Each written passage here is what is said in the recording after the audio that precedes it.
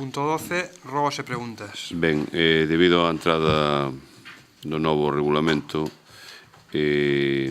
a contestación aos rogos e preguntas será feita por un membro do Goberno. Ten a palabra.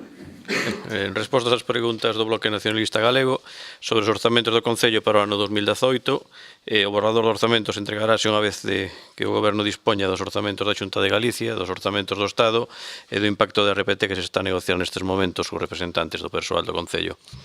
Sobre a acumulación de tarefas na escola infantil, en ningún momento a praza a que se refire o Bloque Nacionalista Galego na súa pregunta estivo descuberta. Respecto á edificación en Bellavista a que se refiren, os servicios urbanísticos municipais están elaborando o pertinente expediente para requirирlle a propiedade que leva a cabo as actuacións necesarias para garantir a seguridade da edificación.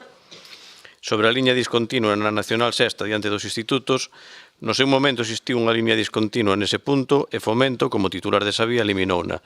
O goberno local solicitou de forma telefónica que se volvese a pintar e ese organismo informou que nos puntos nos que hai semáforos non se habilitan liñas descontinuas. Respecto á enquisa da mobilidade no casco, a enquisa pública sobre hora estivo disponible na web municipal ata o día 30 de setembro do ano 2017.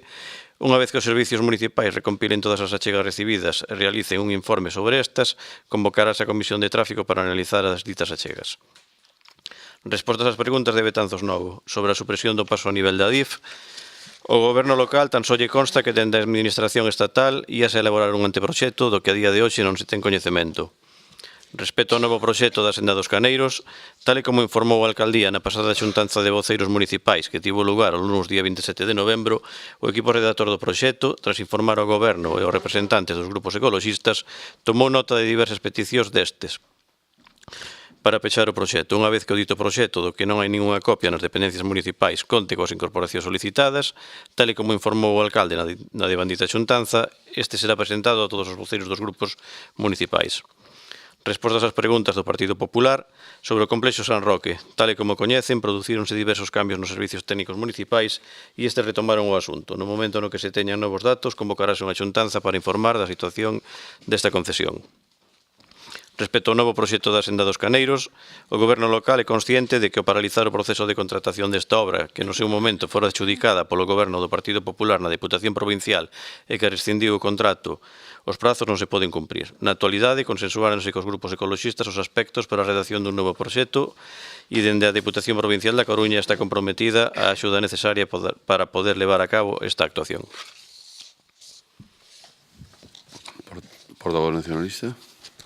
Sí, o pasado ano o Concello convocou por vez primeira as axudas sociais ao ano seguinte, é dicir, as do 16 no ano 2017, e demorou até este verán pasado o seu pagamento baixo promesa da negociación dunhas novas bases de axudas sociais máis xustas que ainda non cumpriu. A día de hoxe o Goberno local ainda non convocou as axudas sociais para o seu persoal laboral como recolle o convenio colectivo en vigor. Temos constancia de que a CIGA solicitou en diversas ocasións a convocatoria destas axudas e o respecto aos prazos para a súa resolución. Aquí se debe este retraso porque o Goberno está a incumprir os acordos co persoal recollidos no convenio.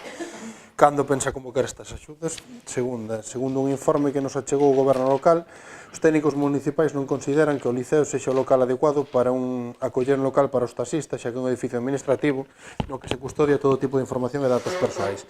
Porén, o andar de arriba do liceo hai anos que está ocupado cun Belén e o antigo párroco ten chave do edificio para amosalo.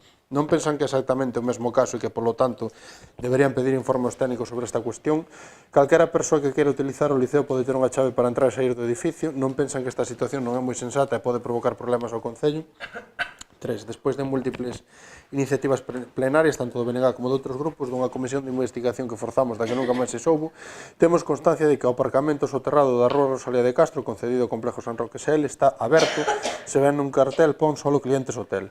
Non sabemos en que situación está actualmente este negocio de propiedade municipal, fora de que non aparecen ingresos un ano máis na conta xeral relacionados con el. A maiores, segundo o web do hotel, rebautizado como Villa de Betanzos, é outra empresa privada que o explota. E van 3 que teñamos documentado no BNG, sen que o Goberno local, por certo, dese conta pleno ou este autorizase a cesión do contrato como establece o mesmo. De que novidades ten constancia o Goberno local con respecto a este inmoble? Por que non as trasladaron á corporación? Que teñen pensado facer ao respecto e en que prazos? Pensan seguir consentindo todas estas irregularidades?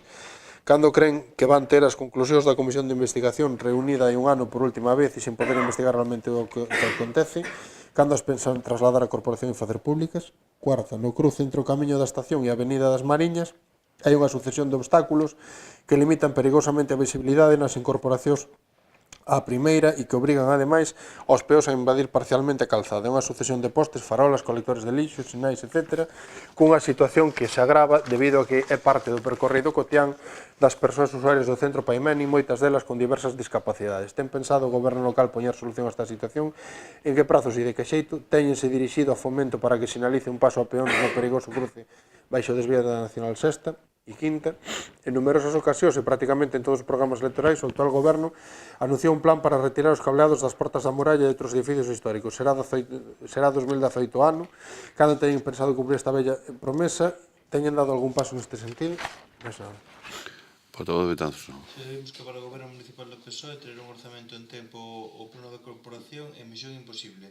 Poden dicirnos en que data teñen pensado traer ao pleno? Concreten data, por favor. Anos atrás, por estas datas, lábase no cantón un pequeno mercado de Nadal. Cal foi o motivo de non facelo este ano? O Concello non tivo a iniciativa ou non houve demanda? Xa está. Moitas gracias.